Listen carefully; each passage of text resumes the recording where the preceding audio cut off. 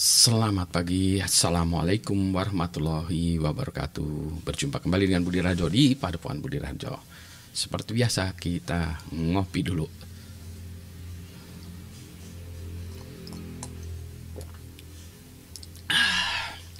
Kali ini kopinya adalah kopi Ulung Wae, dari Ulung Wae, Yellow Catura. Catura atau Catura bacanya ini.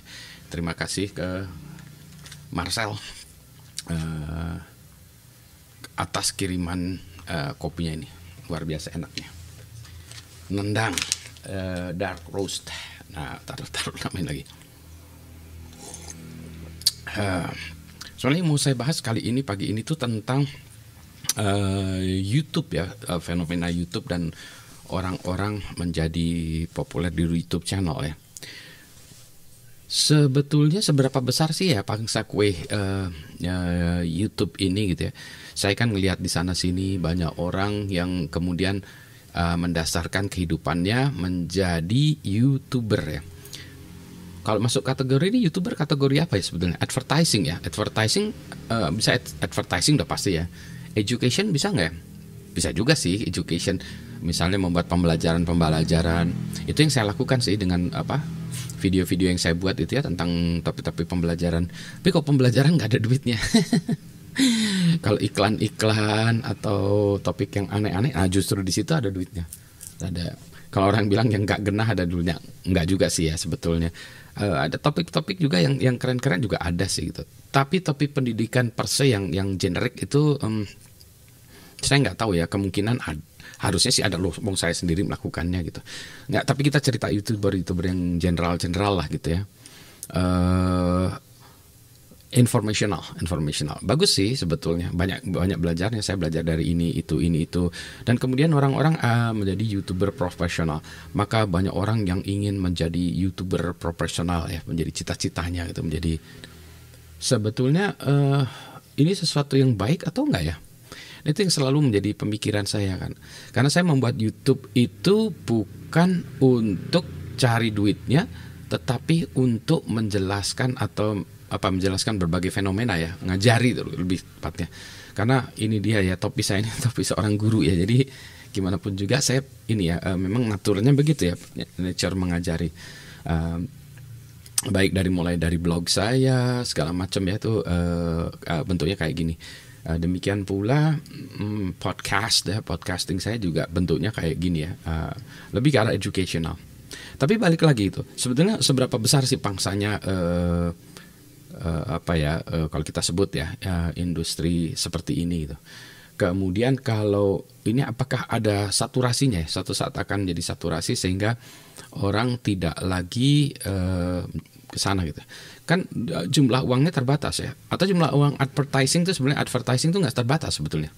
Nah itu juga saya nggak tahu. Kalau dugaan saya sih terbatas. Cuma kita belum mencapai batasnya atau belum mencapai limitnya ya.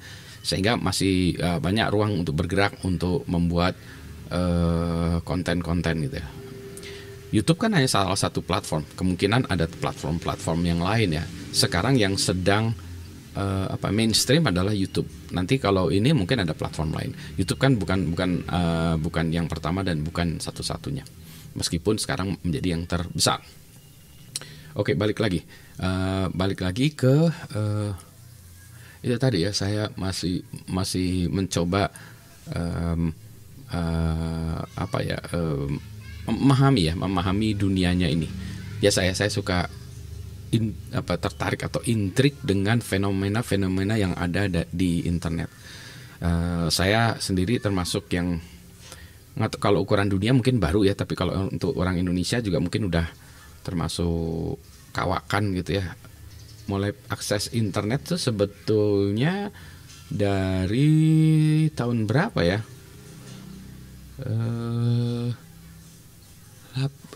Saya 86 ya, 86 87 ya. 86 87 itu aku jadi lupa lagi ya. Semenjak pindah ke Kanada, nah di Kanada ya akses internetnya lebih kencang. Kalau di Indonesia dulu saya nggak punya akses internet di kampus pun, karena baru ada akses yang sifatnya dial up ke mana, bukan internet juga ya. Ya karena waktu itu Indonesia belum nyambung ke internet, dalam artian masih bagian dari ini kita bicara tentang ARPANET dulu ya. Belum, karena waktu itu kita belum ada. Nah, balik lagi, fenomenanya ini, YouTuber itu kan terjadi setelah ada YouTube gitu kan ya. Itu pun sejarahnya juga panjang juga. Sebelum YouTube ada Google Videos. Saya lupa YouTube sama Google Videos duluan mana ya. Kata Google, kan gue lebih gede daripada lo gitu ya. Kata YouTube, nggak apa-apa kan, saya cuma main-main aja. Ternyata YouTube yang lebih sukses ya. Selain itu tentunya ada lagi media-media lain yang mencobanya. Tapi pada zaman itu internet masih lemot ya. Disk masih kecil, jadi orang masih bayar berdasarkan kuota. Aduh ya. Sekarang sih masih ya, cuma jarang ya sekarang orang langganan bulanan ya, flat rate gitu. Kalau dulu kuota, kayak ada yang curi-curian kuota punyaan orang lain, curi account itu untuk mendapatkan akses internet gitu ya. Ntar dulu sambil mikir dulu, saya masih memikirkan ini sih sebetulnya.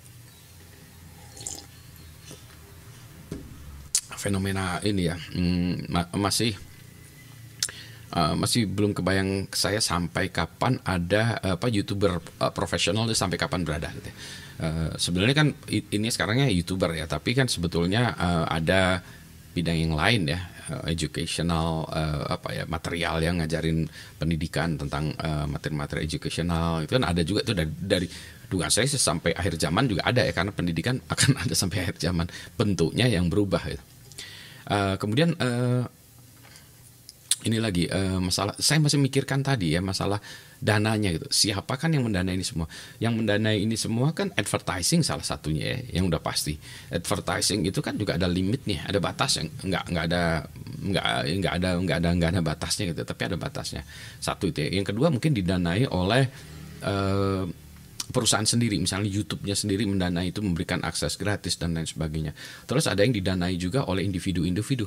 Kayak saya ini kan tidak berbasis pada advertising ya, meskipun ada, tapi itu bukan ini utama saya, bukan tujuan utama saya. Tujuan utama saya adalah bercerita, educated, karena saya senangnya ngajarin orang dari dulu ya. Makanya profesi saya dosen, bukan ini ya, di salah satu dari topinya, topi entrepreneurnya ada juga. Balik lagi. Wow, ini larinya kemana-mana bercabang. Maklum nih pagi kan ya. Ini Minggu pagi pas saya buat videonya nih. Jadi sambil menunggu ini cerah, ini jam 8, sebenarnya udah cerah juga sih di luar. Tapi kan saya sambil ngopi, biasa ya. Sekarang saya sambil ngopi, saya ingin ini berkomentar ngacapruk, nggak jelas gitu ya. Tapi kan kadang-kadang orang pengen tahu yang di kepala Pak Budi apa, nggak ada apa-apanya. Ya ini dia. Tapi saya sebenarnya masih tetap intrig ya dengan fenomena ada orang menjadi YouTuber profesional. Ya nggak apa-apa juga sih sebetulnya, cuma itu tadi sampai seberapa besar, sampai berapa lama deh. Ini kopinya nendang banget ya, Yellow Katura nih. Asik nih, Yellow Katura. Ada banyak lagi tuh, nanti saya cobain satu-satu. Ulung wae, baca gimana sih nggak tahu nih, ulung wae. Kalau orang Sunda wae itu saja ya, ulung saja. Nggak serius. Ada yang bilang, Pak buatin yang versi panjangnya Pak, supaya menemani kita bekerja. Ya elah, saya juga pengen kerja tahu. Kalau saya ngecampur gini, ganti profesi saya jadi penyiar ya. Not bad sih sebetulnya juga ya. Suatu saat mungkin alas kaki saya, suatu saat mungkin saya akan kerjakan juga ya, ngecapruk 3 jam bersama Pak Budi. Yang nonton 1 gitu ya, bot. Aduh, parah gitu ya. Waktu itu kan soalnya ada yang request, Pak. Iya. Nah, dipertimbangkan, tapi kan yang request cuma 1. Nggak seru gitu ya. Ya, yang topik yang saya angkat ini memang soal itu aja sih sebetulnya, soal tadi ya, YouTuber profesional, which is okay, but I have some concerns gitu ya dengan orang-orang yang ingin menjadi YouTuber profesional tetapi tidak memiliki background yang cukup untuk itu. Di sisi lain banyak orang yang punya ilmu atau apa tapi tidak pandai bercerita. Di sisi lain ada orang yang ngasal kayak saya. jreng aja ya, kalau orang jreng gitu itu mungkin baby boomer ya yang kayaknya gitu yang lebih berani jreng ya. Kalau yang anak-anak sekarang milenials ya kayaknya itu lebih mikir kebanyakan mikir ya. Kalau baby boomers itu kalau main gitar baby boomers itu 3 jurus saja ya, gitaran 3 jurus sudah manggung ya. Kalau sekarang nanti dulu Pak. Dulu ini apa Bu? Audiensnya gimana nih? Kalau kita jreng ya. Oke, A D E rock and roll aja gitu ya udah. Balik lagi. Karena karena bidang saya salah satunya adalah pendidikan, maka saya concern terhadap pendidikan, maka saya tertarik tadi dengan how to deliver educational values ya dengan cara apapun. YouTube salah satunya, ngajar di kelas salah duanya, ini salah satu malah salah nolnya gitu ya. Terus ngajar di seminar-seminar salah satunya lagi gitu. Apalagi membuat tulisan-tulisan itu juga, membuat buku juga gitu ya, bagaimana kita berbagi ilmu dan pengetahuan. Tujuannya sih itu saja, bahwa seseorang dikompensasi melakukan itu tuh sah-sah saja menurut saya. Wong saya juga jadi dosen kan dibayar juga kan ya, YouTuber profesional dibayar juga. Oke. Itu sesuatu hal yang lumrah ya, yang wajar gitu menurut saya. Yang tidak wajar itu yang berlebihan, selalu apapun yang berlebihan tidak wajar itu ya. Ini nggak capruk lagi ntar. Ini karena pagi-pagi nggak apa-apa ya, mau kemana-mana nggak apa-apa. Habis sampai ini kayak karena saya filter dengan filter punyaan saya yang dari kain itu yang BRSF, maka ini bisa sampai the last drop karena nggak ada dedeknya, karena difilter dengan itu, kopinya nendang, dedeknya nggak ada, kan edan kan ya. Sebetulnya tadinya saya pagi ini mau membuat menganalisis kode saya, jadi saya mau menunjukkan kode topic generator, tapi saya pikir-pikir ntar dulu harus bagus ya membuat topic generator itu, narasinya harus bagus. Sementara kalau jreng aja bisa sih, cuma harus saya persiapkan lebih bagus ya, supaya nanti kalau yang nontonnya juga lebih enak, belajarnya lebih enak ya. Jadi saya buat topik generator. Jadi kalau misalnya saya kehabisan topik atau kehilangan topiknya, saya mau cerita apa, nah pakai topik generator itu, dijalankan programnya, dia akan mengusulkan topik yang Anda bahas. Keren kan ya? Sebenarnya udah komen lain udah jadi, mau saya taruh di API supaya bisa diakses lewat API. Jadi nanti Anda bisa punya program bisa mengakses topik generator saya. Kemudian kemarin ada orang tanya, Pak kalau API gimana security-nya? Dah itu dia. Kemudian saya terpaksa harus cerita tentang itu, tapi sedikit-sedikit ya. Mungkin saya akan cerita topik generatornya dulu, nanti akan cerita topik buat bagaimana membuat topik generator ini menjadi API, terus nanti ketiga bagaimana mengamankannya. Begitu ya. Nah, aduh ini udah sakau kopi lagi, padahal baru beres satu kopi. Ada yang nanya, Pak sehari berapa kopinya? Saya berusaha 2 ya, jadi pagi ini, terus kemudian mungkin sekitar siang gitu ya, 2 lah ya. Terus nanti kalau kepaksa malam saya tambahkan lagi kalau kepaksa ya, jadi 3 kalau kepaksa. Sebenarnya kuat lebih ya, cuma ya jangan maksain ya. Kopi itu dinikmati bukan dipaksakan. Sesuatu yang dinikmati gitu, kebutuhan tapi dinikmati juga. Oke, balik lagi.